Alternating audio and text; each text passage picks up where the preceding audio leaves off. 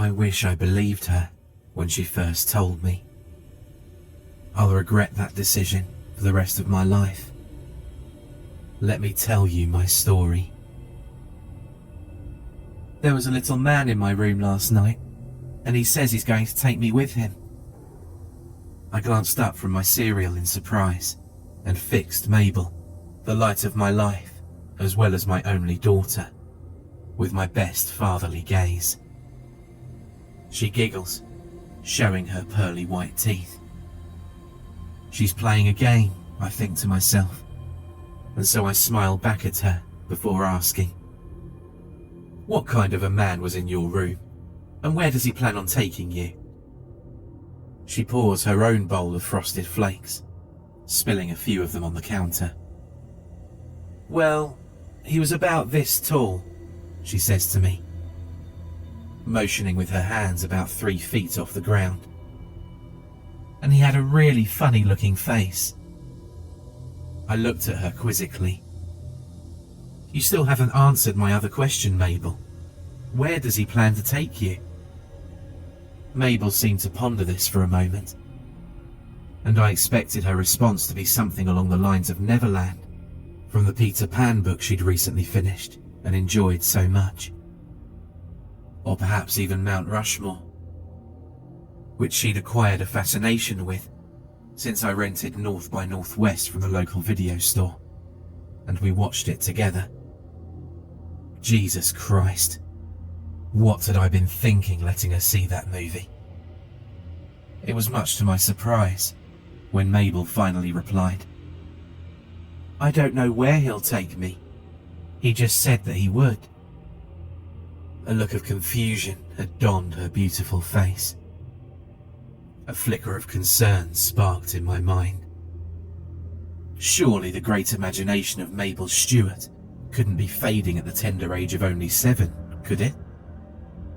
"Well," I said, attempting another grin at her, "you just have this man visit you again while I go off to work, and when I come back, I expect a full explanation from this individual.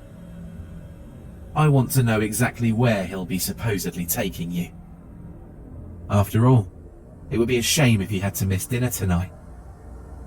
I gave her a wink out of the corner of my eye, before saying quietly, in a conspiratorial tone, "I'm making steak." Immediately, her eyes lit up, and that smile that I'd seen so often over the years returned to her face in a nanosecond. In a burst of excitement, she jumped up and wrapped her tiny little arms around my waist, pressing her cheek against my stomach.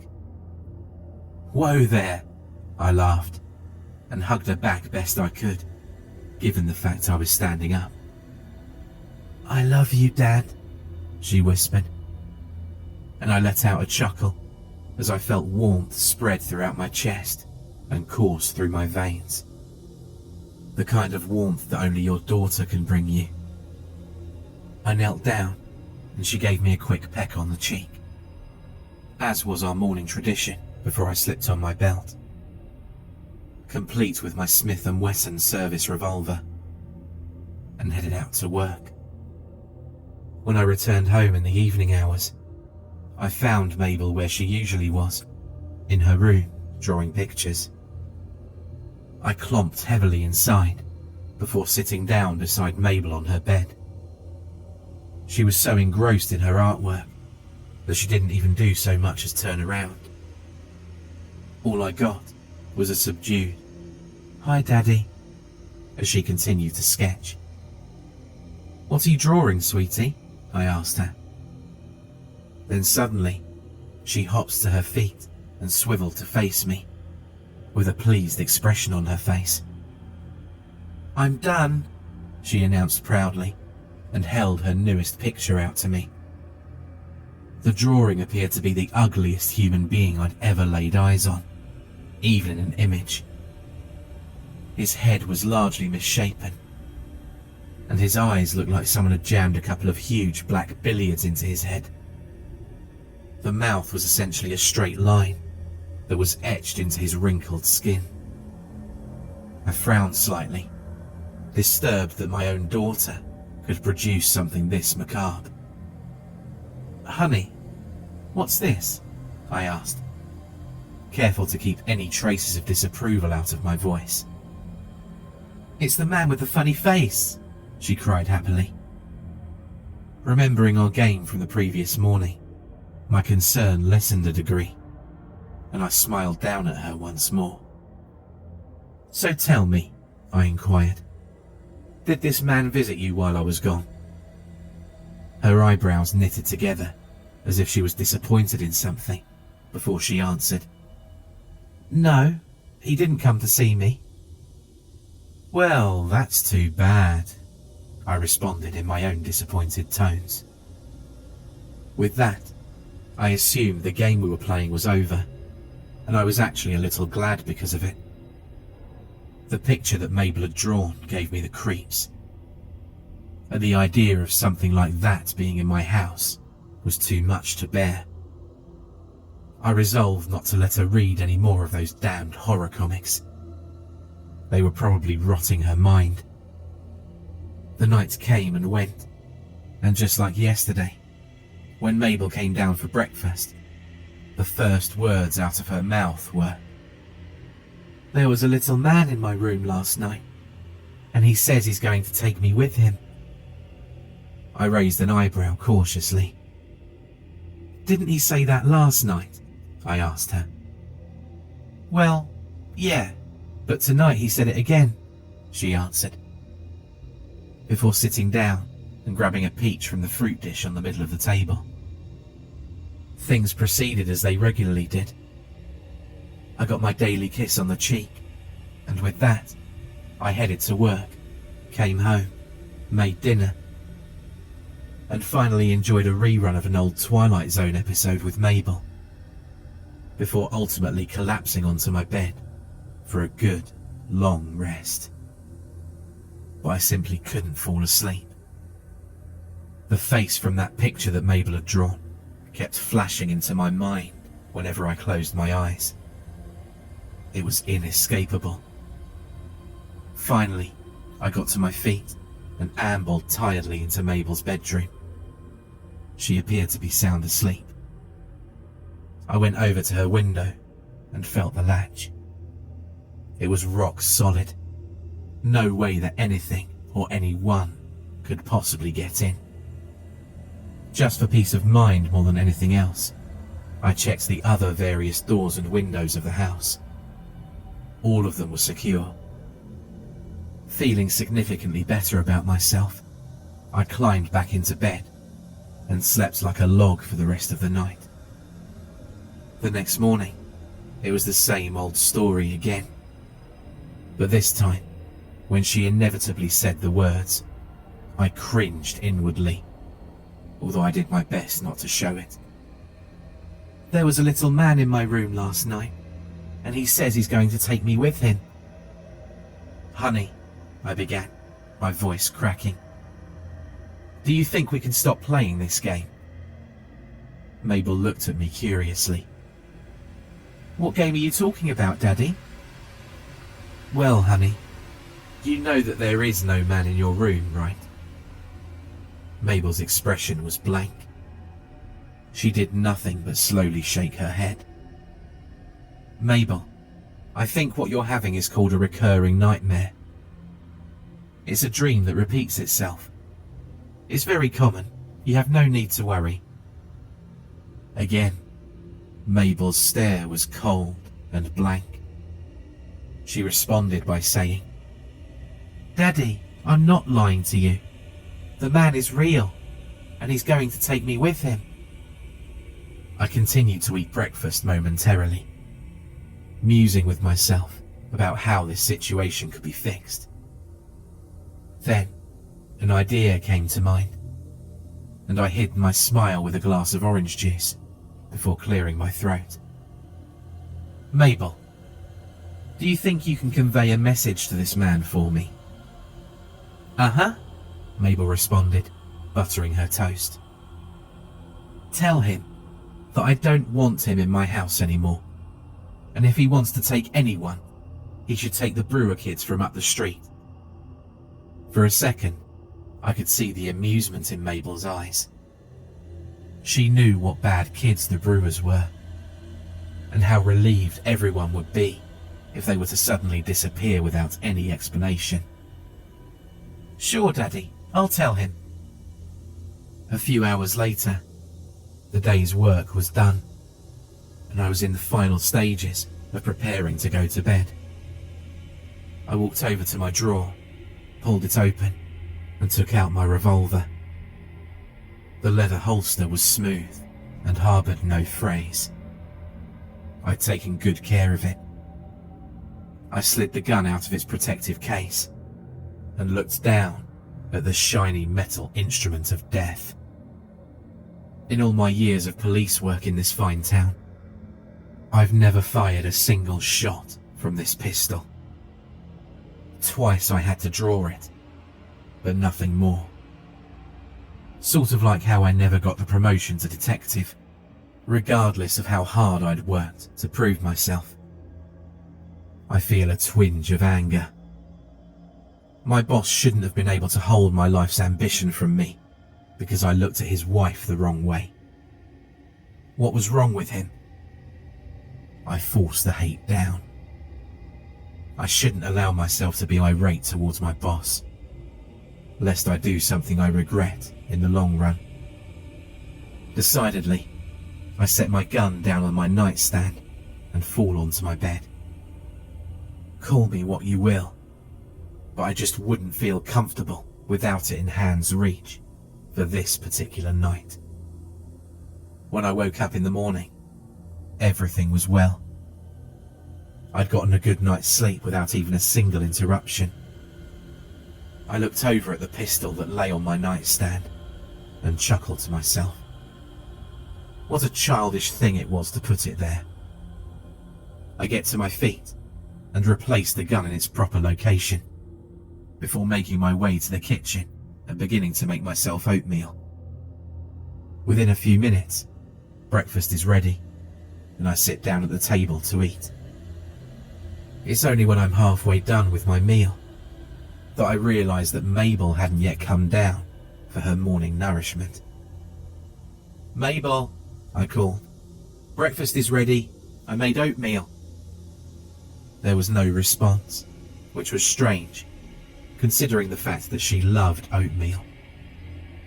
I stood up and eyed the stairs suspiciously through the open door leading into the living room.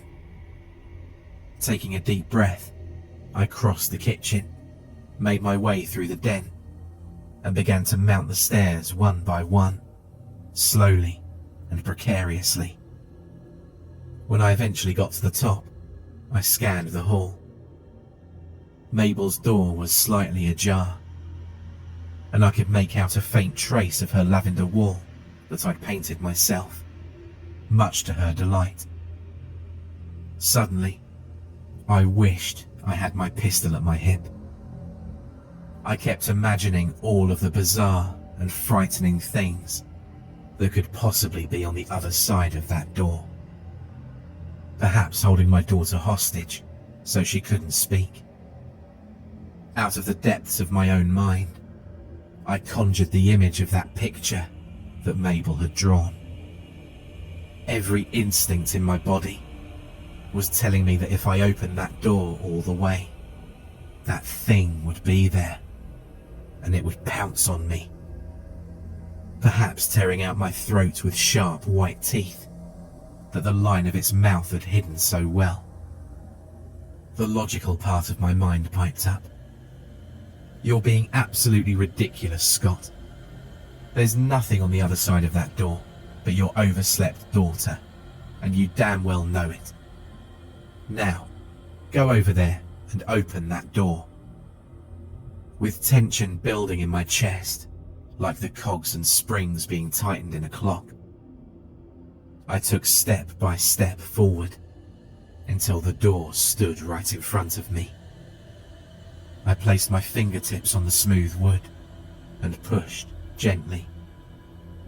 It opened slowly, with a maddening creak that made me want to clench my fists and grind my teeth. I walked inside the room and turned on the light. Mabel was nowhere to be seen. The sheets of her bed were jumbled and twisted, as if there had been a struggle. My breathing began to quicken as I observed the room. On the floor next to the bed, there were 10 scratches engraved onto the wood that went as long as 10 feet across the room, as if someone had been grabbed by their ankles and dragged from the comfort of their bed. And after that, there was a most personal fear rose within the recesses of my mind, and I stepped forward, looking down upon the object I just discovered on the floor.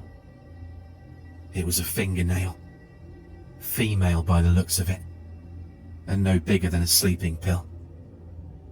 After that, there was a little bit of blood, and the trail ended at the second-story window, which was wide open.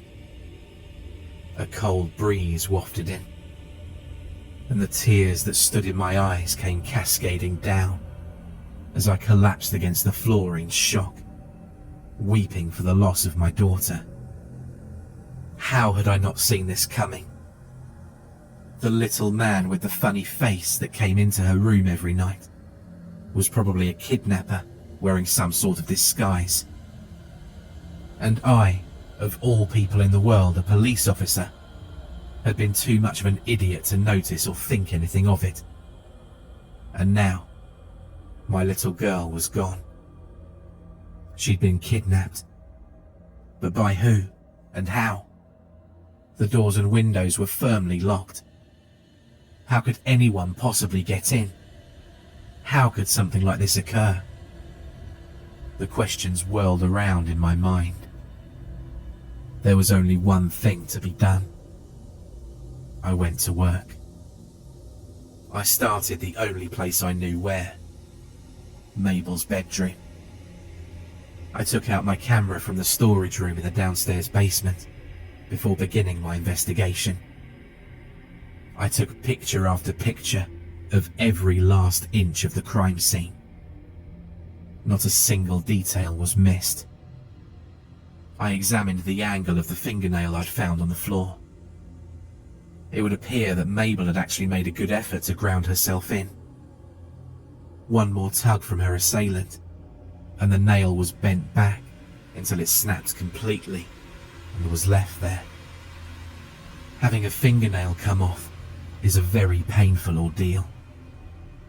When I was no less than 12 years old, my large toenail had become ingrown and infected. I was forced to pull it out completely so a new one could grow. The pain had been absolutely unbearable. I howled in anguish as the pliers did their dirty work, and when it came out, I'd immediately submerged my entire foot in ice water. To imagine Mabel having to go through something in any way similar to that was gut-wrenching to me. How did I not hear her scream? Excruciation such as that was usually, if not always, accompanied by screaming. The only way to explain this was if Mabel's attacker had masked her racket somehow, most likely by clamping a hand over her mouth. But this didn't add up. How could this be possible if I already knew that this said attacker had kidnapped Mabel by grabbing her by the ankles and dragging her? It could not be, unless whatever had taken her had more than 2 arms. What else was there to do? A sudden idea came to mind, and I quickly ran downstairs and grabbed the materials I needed from my work drawer. I'd bought these items online in the hopes that I'd need them for my job as a detective, a job which I never got. When I went back upstairs, I began to dust for fingerprints. I must have done every square inch of that bedroom, from the window to the bedposts. Much to my disappointment, there was nothing of any interest. All the fingerprints that were in the room belongs to Mabel herself. I scowled. What an idiot I was being.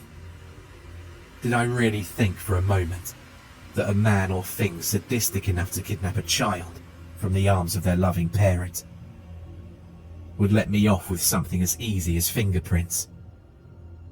In my frustration, I threw my brush across the room before racking my brains on what to do next.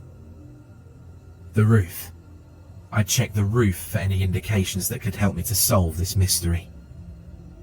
Unsteadily, I pushed myself out of the second-story window and lowered my body onto the top of the house. The first thing I was able to tell was that the shingles had been kicked loose. I followed a path of cluttered shingles until I found myself looking over the edge of my roof. Below, there's an arbor that I bought for the grapevines that had a tendency to grow near our porch. Now, it's clear to me how someone could easily get up here. But the issue on the windows being locked still remained. I went back into the house through my window. If I could keep tracking the trail that I'd found, maybe I'd be able to get at least an idea of where my daughter was being held, if she was alive at all. Again, a wrench is thrown in my stomach, and the hot tears return to my cheeks, cutting tracks down my aging face. The mere thought of losing my only daughter seems impossible to me. But I'd lost my wife and son, hadn't I? Memories came back in a rushing flood as I remember the last time I ever saw my spouse. It was a rainy Wednesday morning, and Ellen said to me she was going grocery shopping. I kissed her goodbye a final time, and she'd never come back. I later learned that she'd driven down to Florida and married a successful businessman. It was one of those situations where the only thing to do was put your head in your hands and wonder what you possibly could have done wrong. Then, when you were all out of tears to shed, and you couldn't think of any possible reason why these unfortunate events had occurred, the only option was to move forward, like they'd never happened in the first place. Gerald was my 10-year-old son. My wife had left him with me and Mabel. Gerald and a friend of his, Richie Parker, were spending the day near a river. Richie had bet him 3 shiny silver dollars that he couldn't swim to the sandbar at the middle of the river and back. Gerald didn't know the first thing about swimming, but those dollars were terribly convincing, and he decided to push his luck.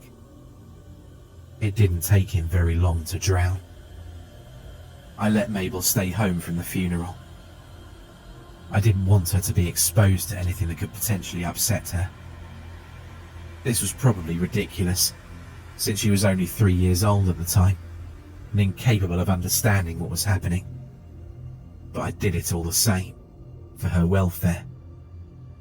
The day I attended that service, as I looked down upon the face of my dead son, I made myself a promise that I knew I would do anything to keep. I would not let Mabel slip from my fingers the way I'd allowed both Ellen and Gerald to do. I'd keep her close and never allow her to be put in any sort of danger. Did this make me an overprotective parent at times? Yes, I suppose it did. But it was worth it to keep Mabel safe. Now look where I am. She's been kidnapped, perhaps dead, and I couldn't so much as get to my feet and face it like a man. I refused to even entertain the notion that she could possibly be dead. No, she was alive. Probably not well, but alive all the same, and I had to find her. I strap on my police belt before making my way out the front door of the house. Viewing the arbor, which I'd always thought beautiful, with a new hate, before beginning to search for any kind of clue that could set me on Mabel's trail. When I got to the outer perimeter of my property, I find something. It was a torn piece of pink pajama fabric. Ahead of me were the woods which I'd always warned her never to go in without me being there. Taking a deep breath, I descend into the semi-darkness that the thick canopy of leaves above provides. I'm always bent over, looking closely on the ground for anything of significance. I'm able to follow a trail of leads through the woods. It isn't easy, and sometimes I wonder if I'm going the right way at all. But it's all I've really got to go on. There's a misshapen footprint of something here, a dribble of blood on a leaf there, and a broken branch every once in a while. This would be a lot easier if I had bloodhounds, I think to myself. And I consider the possibility of having the station rent me out a couple of dogs. I'd call the station when I got back and report Mabel kidnapped. That is, if I could find nothing more myself. Only once did I find a footprint that was fully visible, but even then, it seemed marred, almost distorted in a way. The shape of the foot was oddly curved, and it had 3 toes instead of 5. I dismissed it as there being a scuffle of some sort, and snapped a picture with my camera before moving on. An entire hour passed by, with me slowly but steadily tracking the signs that I'd found as I went deeper and deeper into the wilderness of the woods. Every time I began to lose confidence, a memory resurfaced in my mind. I was 10 years old, and my dad was taking me hunting in the woods for the first time. I was very excited. This was something I'd been looking forward to for quite a long while. My father dressed me in heavy camouflage, to the point where I felt like I'd fall down if I tried to take a step. He then thrust a rifle into my bundled arms and explained to me the basics of gun safety. I could barely hear him through the cap that was pulled tightly over my ears, but that was all fine. I'd shot guns over at my friend's house, and I knew what to do and what not to do anyway. And with that, we were off. He and I trudged into the tightly interwoven trees to find ourselves a buck to shoot. I asked him if I could take the cap off, and he nodded his approval. No sooner than I'd removed it, he was holding his hand up for me to stop. Then he crouched down, examining the tracks he'd found in the mud. He beckoned me closer, and placing the butt of my rifle in the ground, we both observed the imprint of deer footfalls, me feeling a little silly doing it. With that, he taught me in a hushed whisper the fundamentals of tracking. At first, I was admittedly quite terrible when it came to the task of tracking game. But as the years wore on, and my father and I went into the woods more often, I became more skilled in this operation. By my teenage years, with the help of my dad, I became one of the best trackers in town. I smiled to myself, despite my desperate situation, over that memory of which I'm so fond. It's only a few minutes later when the woods, and the trail with it, abruptly end. I find myself looking out into the brewer's cornfield. The pale yellow stalks of corn rustle in the wind. They almost seem to be mocking me. Whoever kidnapped Mabel took her through this cornfield, no doubt about it. But it would be trespassing to go forth and investigate. Even as a police officer, I can't just search the brewer property without a warrant. And there's the possibility of me getting shot if I was to try. Bart Brewer is not very agreeable to trespassers.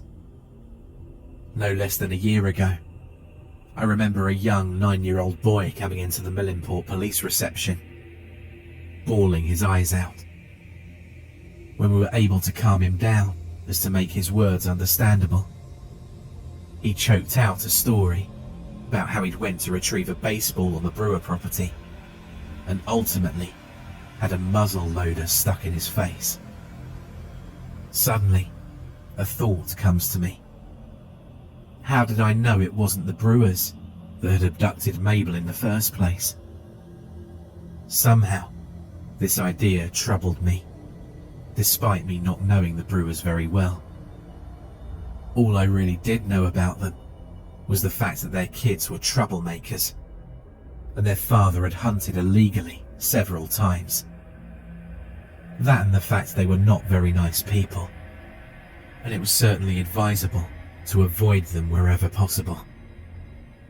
The answer was in those stalks of corn. I knew it. So without another thought, I strode forward and began to make my way through the yellowed rows. Picking up clues to the trail in the cornfield was so much easier than it had been in the forest. Certain stalks had been trampled over, making a clear and obvious path. The sun rose high in the sky, and sweat began to accumulate on my brow. Still, I pushed on and on, with the sound of corn husks crunching under my feet, and the stalks tickling my arms and legs. At any moment, I keep expecting to find myself face to face with Bart Brewer and the muzzle of his 8-gauge shotgun. But for whatever reason, I don't. The farm remains peaceful and quiet. There's no sudden blast of a gun and spill of my guts. In the rows of corn, I walk on, undisturbed. Eventually, the trail stops and I step out into the open. But I'm still in the cornfield. It would appear that someone had cleared out a wide circle in the corn. The stalks had been pushed flat for 20 feet in every direction in this one particular clearing. There were no more signs of Mabel. It was as if the earth had swallowed both her and her kidnapper up and left a large amount of open space in their wake. As hard as I searched, no more clues could be found. A course of action needed to be taken. I could call my fellow police officers to this case and lead a full-scale investigation of the Brewer farm. That would be the most obvious thing to do, would it not? Then, I started to think to myself. I sat down in the wide open clearing in the corn, and I thought. I thought about how, after all these years of hard work and dedication, I'd never been given the promotion to detective. It had been my life's ambition since I got out of college. Start out as a lowly police officer, and over the years, get promoted to detective.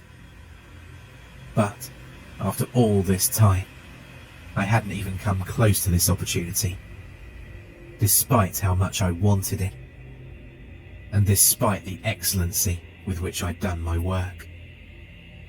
If I solved this case on my own, without the help of anyone else, my boss, no matter how much he disliked me, would have to give me this promotion. How could he not? With this in mind, my mission to find Mabel became ever more urgent than it already was. On the way back to my house, I made a plan. I'd return to the Brewer farm for a late-night stakeout. Anything suspicious would be captured with photographic evidence. When it's exactly 10 o'clock and the sun has disappeared behind the vast horizon, I set out from my house to do what I must. I park my car on a ledge overlooking the Brewer farm. The only thing left to do is wait. The hours crawl by with no sign of activity. I often find myself thinking this is pointless and I should just turn around and go home to get a good night's sleep. Then maybe in the morning I can call the rest of the department and have them sort this out with me. Hopelessness nearly overcame me. Who cared if I didn't make detective? Wasn't this all pointless anyway? What were the chances of me finding Mabel on my own? Slim to none, probably. I was wasting my time. And maybe the consequences of me not telling them could be even greater. What if I had my badge revoked for not reporting a serious crime? What if Mabel was already dead? And if I hadn't just called the police department, she might still be alive. The indecision of what to do is unbearable. I eventually decided that if nothing's to happen in the next 5 minutes, I should leave and call the police station as soon as possible. I glanced down at my watch. It's exactly 2:37 a.m. I let out a deep sigh, and the exhaustion rolls over me in a wave of weariness. I blink hard, trying to focus. Spots dance in my field of vision. All of the slight movements I make feel forced. My eyes close for a split second, and I enjoy the feeling of sweet, sleepy bliss. I'm not falling asleep, only resting momentarily. There's a sudden and brilliant flash of light. My eyes snap open, and I stare in complete awe at the magnificent beauty that's flashing before me. It was a giant white orb, floating in the sky and slowly descending downwards. It's spinning very fast and sending fragments of every colour I've ever seen in every direction, as well as colours that I'd never even seen before. It was a total shock to my brain, since I'd never registered something of a colour that was not natural. I could almost feel the waves that this thing was sending out as it spun, slowly descending downward, until with a rustle of the stalks, it lands in the middle of the brewer cornfield, instantaneously flattening a wide patch of the crop in a wide diameter. I can only look on in a sort of fascination. This is something supernatural. Something. The words come to me in a flash. This is something extraterrestrial. I've just witnessed an unidentified flying object touch down on the land of Earth. Wonder overcomes every emotion that I've built up within me. Could I be the first human being to ever see something of this nature up close? That's when I feel it. From deep within myself, there's a sudden, overwhelming urge to get out of my car and walk into this rotating essence of energy. Walk into the light, Scott. You will see your daughter once more. All you have to do is walk into the light. You will know every pleasure that man has ever seen. Just take a step out of your car and walk into the light. I jumped when I heard the voice, and for a moment I looked around in my car, convinced that someone was there with me. Then I realized the voice I heard was inside my head, but it wasn't my own. As if someone was forcing their way into my skull and placing their thoughts there. Subliminal verses might be a good way to put it. The light, Scott. Walk into the light. That voice shouldn't be there. but is so convincing, so comforting. I feel my hand reaching for the lock of the car door, but at the last second, I stop myself. I shut my eyes tight, trying to block out the voices in my mind.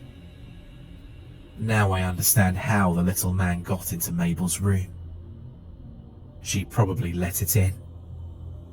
I also understand why I didn't have an encounter with Old Man Brewer or any of his family when I trespassed on his cornfield. They probably went into the light too. Scott, all you have to do is walk into the light. My blood pulses rapidly as I engage in a mental battle which I know I can't win. Scott, it's useless to resist. Walk into the light. For minutes on end, I fight the probe of thought that's trying to make me do what is sure to get me maimed, killed, or worse. These bastards, whoever they are, kidnapped Mabel. Why should I listen to them? The only way Mabel will be freed is to come to us, Scott.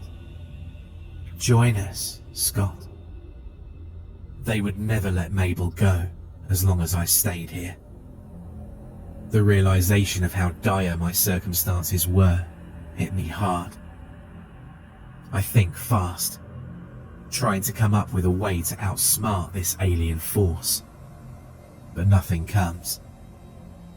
I don't know if it was those creatures using my own brain against me, or just the sheer urgency of the situation.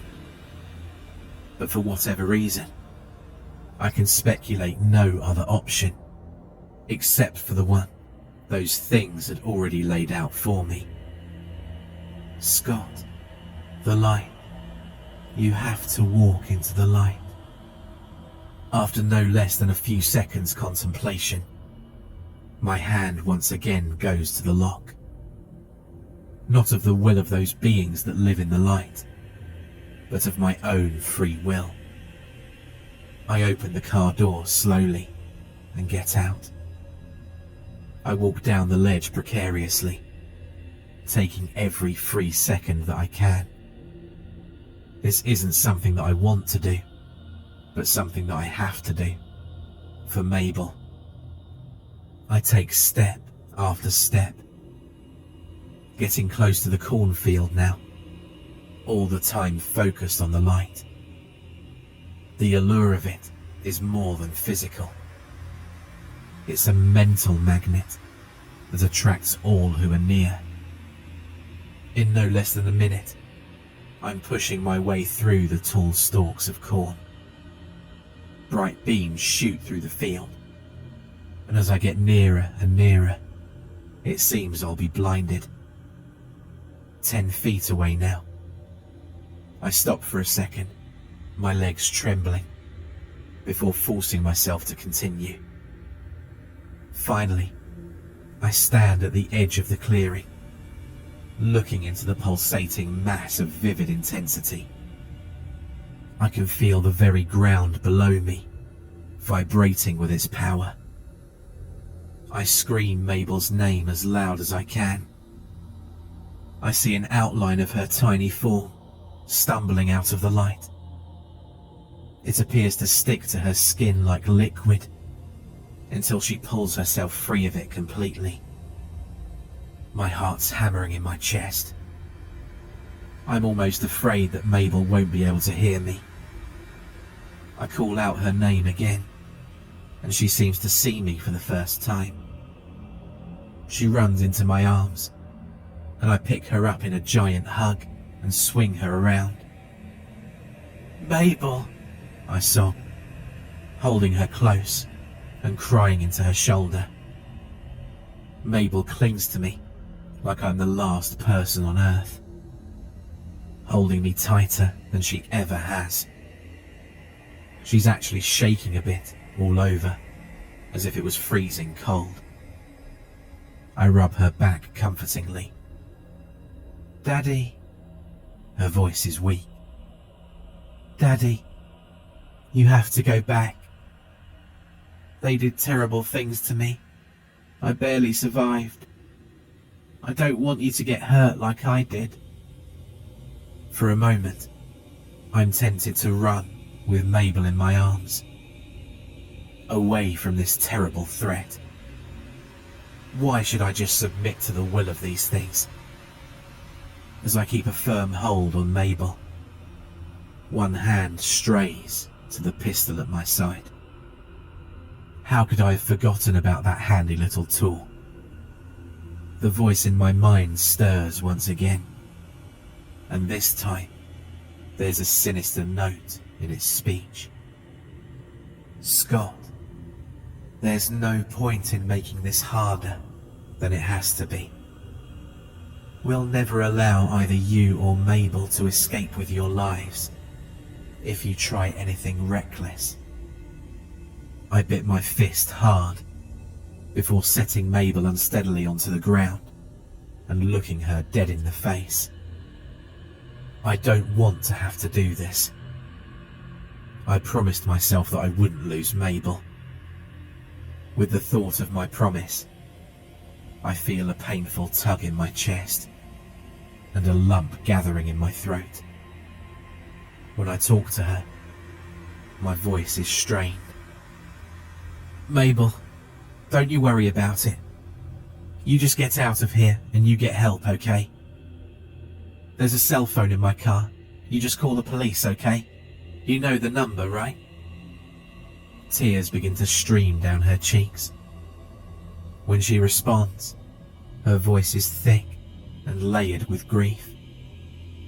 Daddy, please don't do this to me, please. I don't want to live without you.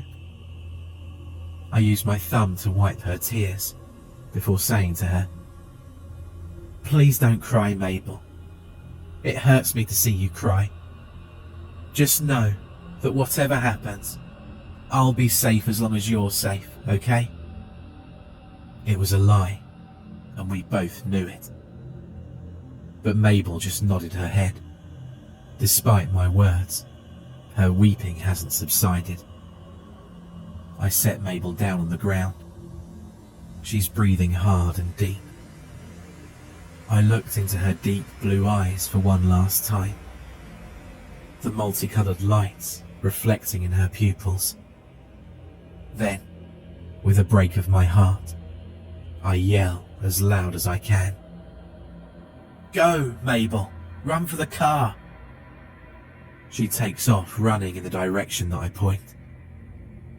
Then, I stand and face the light. It doesn't matter what is about to come. What matters is that Mabel is safe. I walk into the light. For more terrifying creepypasta horror stories, check out the playlist or the video on screen.